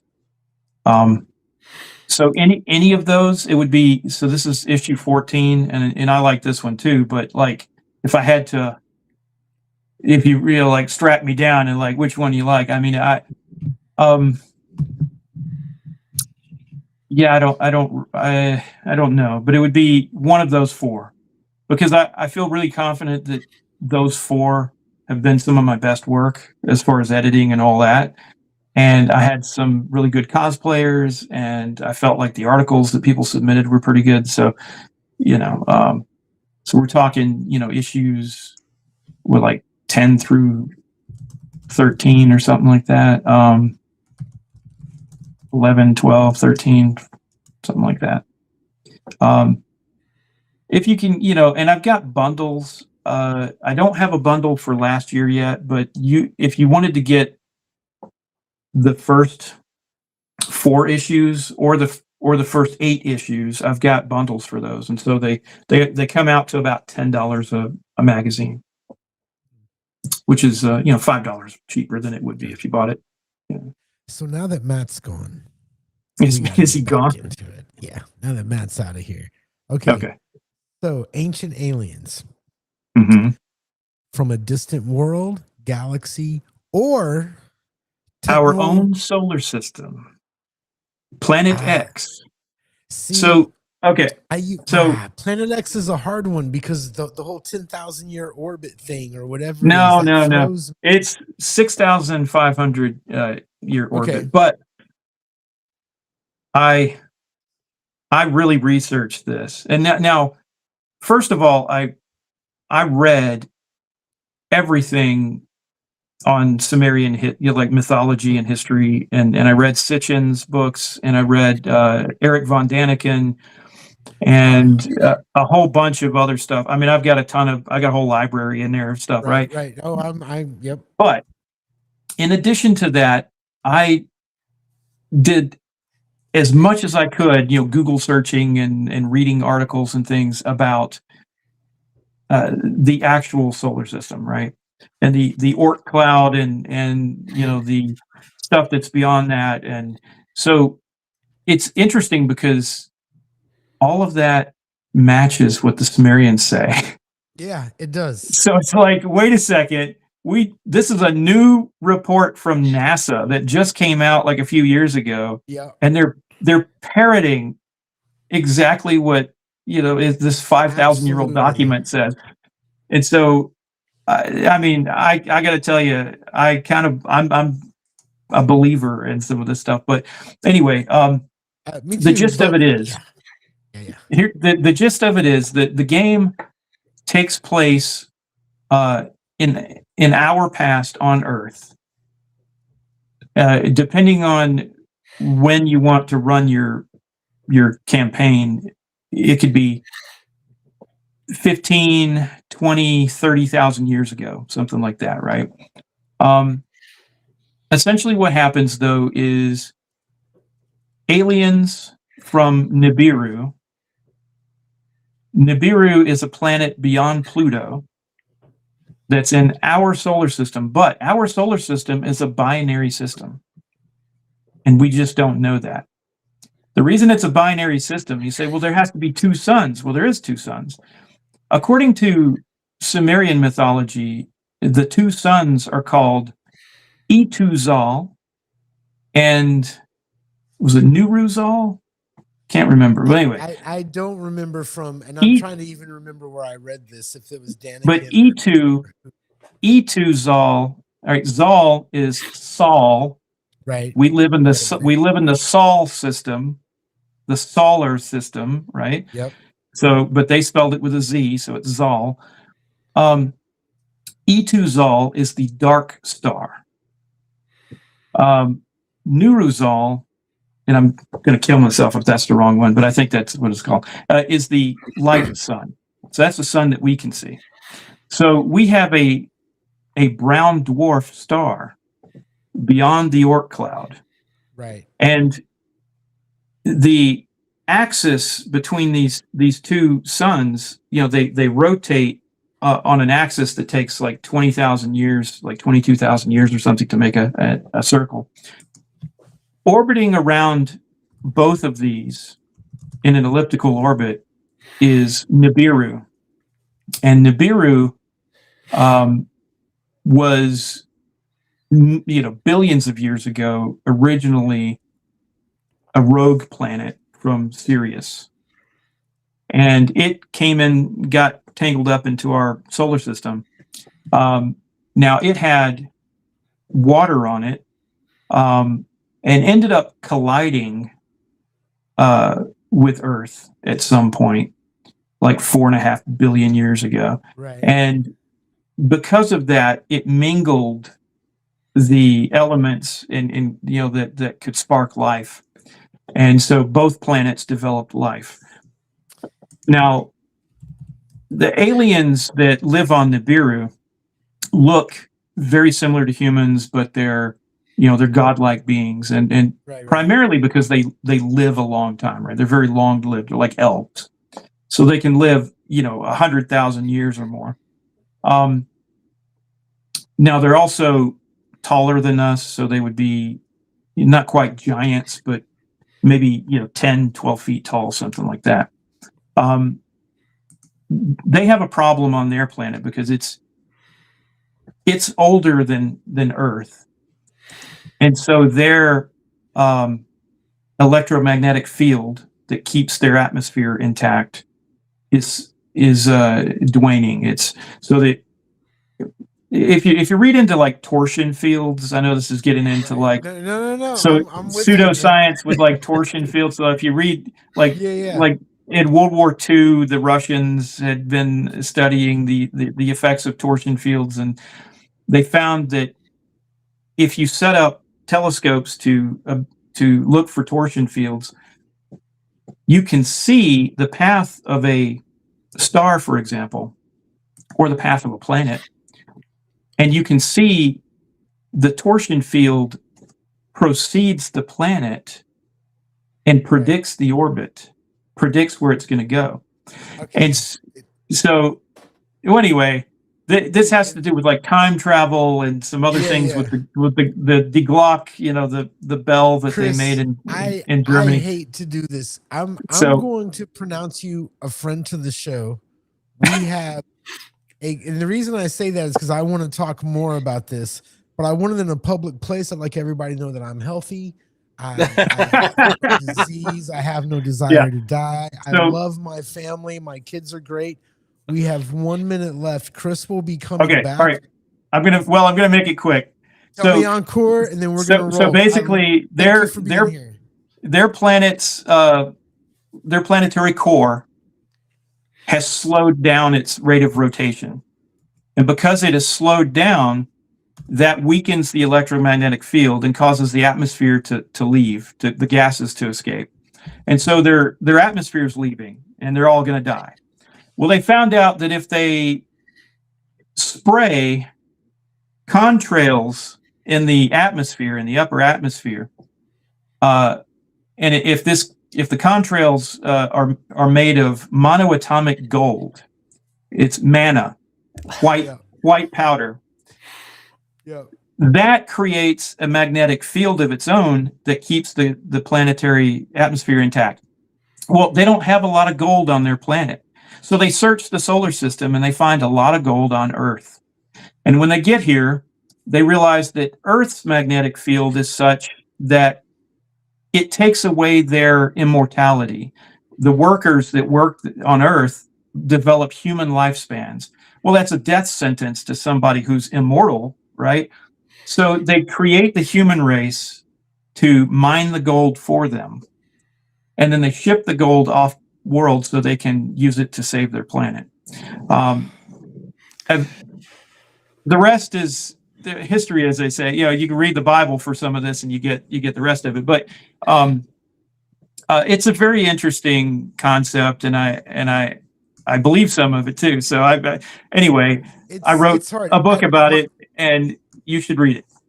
My alien beliefs are shifting because I was going to ask you, and I swear to God, he's going to roll the credits while I do this. But I used to have this whole thing. Something happened. I used to believe the other planetary, right? These are just things from another planet. But then I got to thinking how uniform the stories are, and they keep being the same over and over and over again with these encounters. And right now, I'm not saying believe, but I'm working on the theory that what we see are techno-organic constructs operated by a higher dimensional beings that have no other way to communicate with us. It would be like us trying to talk to a dot on a piece of paper. Anyway, that might be pretty far out there, but I think that holds more merit, because why is everything put a finger up the butt? It's like a computer program gone wrong. It's like, I'm telling you. Yeah, there's we're gonna have to do that on another show. So we're gonna have to do that on another show. Yeah. Look up Thomas Townsend Brown. That's the second watch for tonight. Everybody, we're out. I know. I'm gonna have to the next time we have Chris on, I'm gonna have the X-Files theme playing. I didn't even get into the alien stuff, or Chris. All my travels. I used to live in India. There's a Thursday night game. We need to talk anyway. Yeah. Chris, thanks so much. We are running out of time here. So thanks so much for being here. Everybody, Madscribe magazine is fantastic. Ankur is great. Go check all that stuff out. The links are in the description.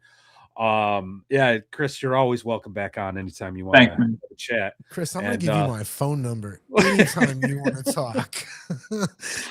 I say this shit around anybody else. Just know that it might be recorded. Yeah.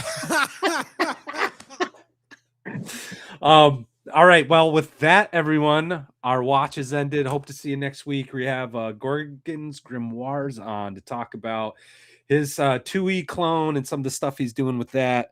Hope to see you there. Everyone, have a great weekend. Take it easy. Hey, man. Pass that over here, okay, man.